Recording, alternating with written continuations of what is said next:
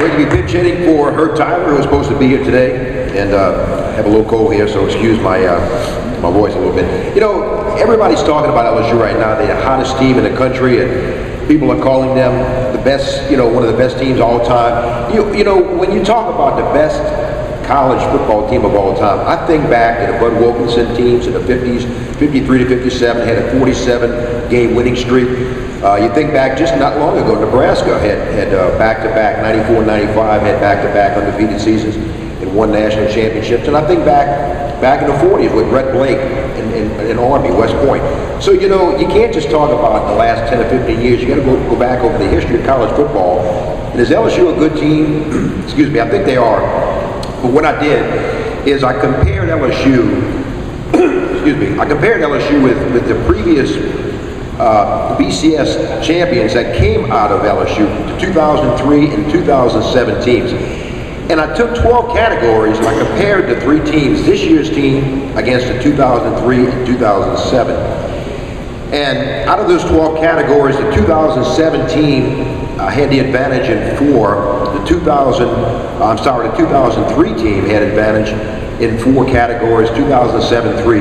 And the 2011 team got the nod in 5 of the 12 categories. And as JT was talking about a few minutes ago, defense wins games. 3 of those 5 categories on the defensive side of the ball. Least amount of points, the least amount of points, 10.5, compared to 19.9 by the 2017, and 11 points surrendered in 12 games. These are both 12 games by the 2003 team. But this year's group has given up the least amount of yards between the three teams in total offense, in passing yards, and one of the category, you got to keep your quarterback upright. They gave up the least amount of sacks, only 12 sacks this year in 12 games, so they've done a great job. And you know, it's something else, if you want to look at those other two teams, you want to compare them. Both the 2003 and 2007 teams produced over the whole team about 25 to 30 NFL players, future NFL players on that team. I think this year's team is going to have more than that. I think they're that good. You got guys, example I'll throw out, Randall Gay did not start very much on the 2003 team. He backed up Corey Webster and Travis Daniels, but he's going to the NFL and played a long time. I think you're going to see a lot of guys who are part-time starters or backups on this LSU team at all positions are going to have find life in the NFL down the road. You know, the thing I wrote about, it's coming out today in sportsnola.com, is as good as this defense is that LSU has, 7 or 8 of the starters are sophomores. They're young kids and they're going to get better. I cannot, you know, that's unbelievable to realize this is not a senior-laden team. A lot of young players. You got 8 sophomores. They're going to get better next year, and they're all coming back. The whole offense, the defensive line, Kiki Mingo and Montgomery, the 2 defensive ends are coming back. They're both sophomores. And I've talked to both. They both tell me they run sub-4 540s. Brockers and Logan, the tackles, are both sophomores, and they backed up by Josh Downs and Anthony Johnson from O'Para Walker. Kevin Minter has got some starts at middle linebacker. He'll be back next year. And Layman Barrow from John Ehret is a sophomore. He'll be back. The defensive backfield, all sophomores. Simon, Matthew, Lawston, and Reed will be back in that backfield and man those positions next year. And they're going to lose some good players. Of course, Brandon Taylor and Derek Bryan will be in the defensive backfield. Won't be coming back. And Ryan Baker's a linebacker and won't be coming back next year. On offense, you lose quarterback, Jarrett Lee and George Jefferson. And that's going to be a lot. But the thing is, you got Mettenberger, who's good, but I'm telling you, name, don't short sell this guy, Gerard Randall. He was a late addition to LSU. Stephen Rivers is another quarterback. Gerard Randall is a guy who came in here out of Miami. And he's about a 4'4" guy. He's about 6 feet, 6'1", 190 pounds. But he came here with the idea to play quarterback. He knows about Russell Shepard. He and his coach talked about signing with LSU. He was committed to Oregon. When he finally qualified, Oregon did not have a spot for him, so LSU did. And his relationship with Gonzalez got Randall over at LSU. He knows about Russell Shepard coming as a quarterback and moving a wide receiver. Randall is not going to do that. He is a quarterback, and he thinks he can land a starting job. The offensive line is coming back, and Chris Falk is only the fourth starting left tackle since 2002. You've had Whitworth, Saron Black, and Joseph Barksdale have been starting left tackle since 2002. So there's a lot of consistency, a lot of tradition at left tackle for LSU. P.J. Lonergan is a local guy from Monroe High School, who's a center. Lyle Collins, number 78, is a true freshman. Wow, does he have some talent and potential. He got some reps this year. He'll probably play right guard next year and start. Dworsik, who was hurt this year, is a vital part of that offensive line. He's applying for a 6th year, and I think he'll get it. Come back. Williford will come back. He starts a lot of games. They lose T-Bob Hebert and Blackwell and Greg Shaw. And they lose a couple of tight ends, D'Angelo Peterson and Mitch Joseph, who Mitch Joseph is one of the best blocking tight ends in the country. Watch a guy at tight end, number 84, Nick Jacobs. He didn't see a lot of reps this year, but he's very, very good, and they think a lot of him. You know, the wide receiver position, I think there's two guys that probably I would be surprised if Morris Claiborne came back. And I think Ruben Randall is teetering on the fence right now. I'm not sure. Morris Claiborne is a 12 to 13. He'll be in the top 12 picks in the NFL draft. Ruben Randall, I'm not a draft expert, but I think he's probably in the 3rd round right now.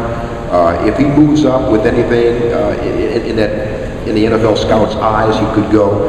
But you do have a lot of sophomores and freshmen. Odell Beckham reminds me so much of Josh Reed. His work ethic, his route running, his precision with everything.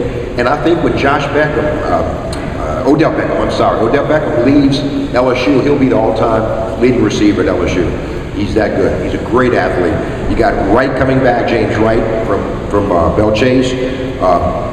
Jarvis Landry from Lutcher, and Gadron Boone is another one. So you got a lot of young players there.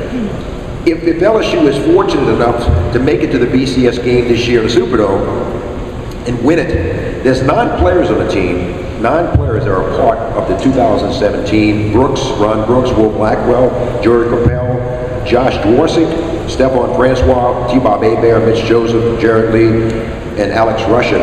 All players that are a part of that 2017. It would be kind of neat to have two BCS championship rings. And the running back situation everybody knows about. It's unbelievable. You got 5 running backs, 3 sophomores, 2 freshmen. I mean, it's, you know, if you could trade players, you could get a couple of number 1s with some of these guys. Spencer Ware and Michael Ford, Alfred Blue from Hahnville, and then you got Hilliard and McGee, true freshman. It's unbelievable the luxury they have there at running back. And you know, you got fresh legs. They're competing in practice every day besides the games. So it's a very healthy situation and a great situation to be in. And this is the reason why LSU has better rushing yards per game than either 2003 or 2017. The kicking game, which is vital. Drew Allamont is a junior, and Brad Wing, arguably one of the best punters in the country, is only a freshman. So you got 2 guys, a vital part of the team on special teams, are coming back next year. So LSU actually looks as good, if not better, for the future than they do right now. And you know, they still have a tough game. For what it's worth, is this year's team better than the previous 2 I talked about? With the schedule they have had and the teams they've beaten on the road, and if they play Alabama in a BCS championship game and beat a Nick Saban team for the 2nd time, they would get my vote. To beat the same team, an SEC team as good as Alabama, again, that would say a lot. And I would certainly say I would have to vote for them as the best team, certainly in LSU history. One final thing before I go, I had a chance on ESPN to do a Houston game this year, and they are explosive. That is going to be, if Houston comes down to the Sugar Bowl, that's going to be an exciting team to watch. They match up with Michigan. Case Keenum throws it all over the field. He's a leading passer in NCAA history, and he's got some great receivers, Edwards and Carrier, and a good running back, Hayes, and a very good defense, good linebacker. So that Houston team, if they come to New Orleans, don't think they're just a bump in the road for whoever plays them. They're a very, very good team. They're undefeated, and I think they'll represent themselves very well. Any questions?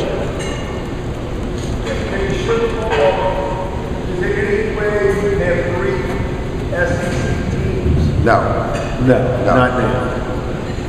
Can't do it. And I noticed Andre Ware, he didn't look as good since he was suspended. Any thoughts on that? On what now, I'm sorry? Andre Ware doesn't look quite as, or is it the other guys are looking so much better? Spencer Ware he was suspended briefly, and it's kind of like it's a heated battle at practice.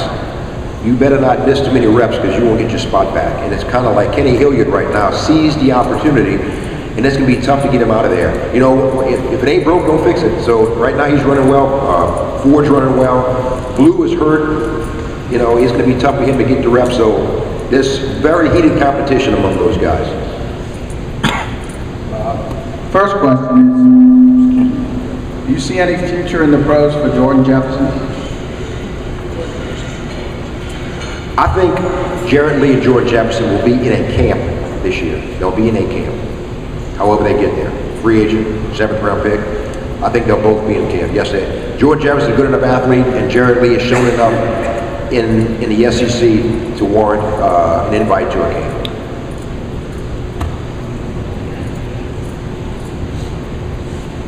Hey Rene, there's some talk that if LSU does lose to Georgia, they'll still be able to play in the BCS Bowl because of their strength of schedule. But there's also a theory out there that if Oklahoma State really puts it to Oklahoma, with an idle Alabama, they'll be able to leapfrog them into the BCS. You think that's even possible for both situations? If LSU loses, can they still play? And if I think if LSU loses by a close score, yes, I think they still get in. And if Oklahoma State beats Oklahoma 38-10, there's a good chance. I'm guessing, but I'd say if they beat out Oklahoma in a rival such as that by 25, 30 points, yeah, I think the voters have to look at that.